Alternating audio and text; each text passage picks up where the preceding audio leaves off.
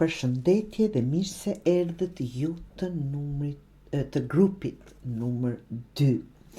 Le të shohim, të hapim letra, të shohim çfarë mesazhesh apo këshillash do marrim për ju të dashur.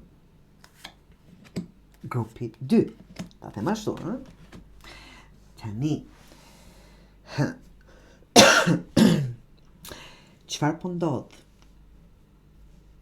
Pyetja është: duket se jeni në një periudhë ku po testoheni në durim, vendime dhe në mënyrën se si po i përballoni sfidat të dashur.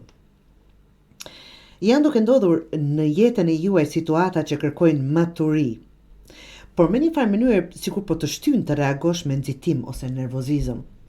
Të duket sikur çdo gjë është një provë. Ka një vendim vërtet që po vjen ose jeni duke u detyruar dhe po ndikon në shumë gjëra rreth teje. Mund të jetë lidhur me një marrëdhënie, një zgjedhje pune, bashkëpunimi ose një drejtim i jetës që do të ndryshojë kursin e juaj. Ky vendim nuk mund të merret lehtë. Absolutisht mund të ketë pasoja. Çfarë duhet të bëni, grupi numër 2? Të rrini me këmbë në tokë. Shikoni faktet dhe jo emocionet. Merr kohën të vëzhgosh, të analizosh, të lexosh nëpërmjet rreshtave, siç e themi. Mos u besoni fjalëve që ju thon apo të para që i dëgjoni. Bëj pyetje, informohu.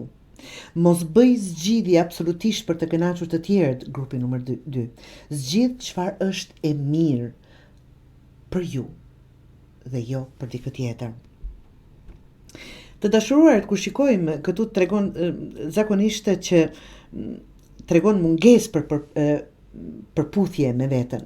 Nëse po përpiqesh të jesh ai apo ajo që të tjerë të duan që të jesh, do përfundosh duke u ndier bosh. Koha është për vendime të ndershme, por vetëm për veten e juaj të dashur.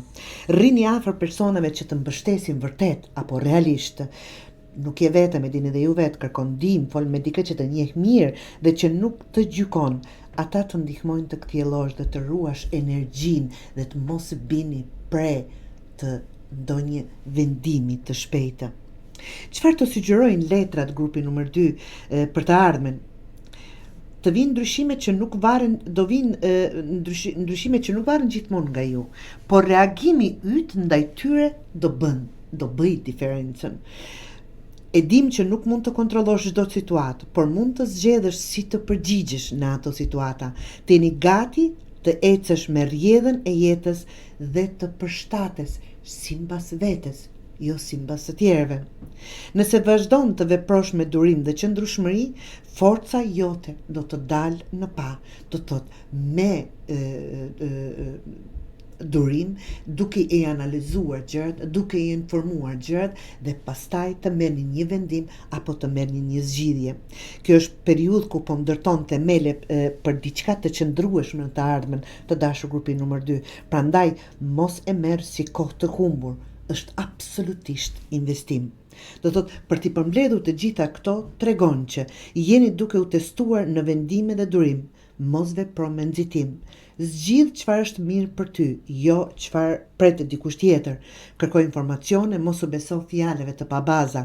Rri me njerëz që të japin mbështetje të sinqertë, prano ndryshimet dhe reago me mençuri. Kjo është çelësi i suksesit tën tani. Forca dhe kuraja, grupi numër 2.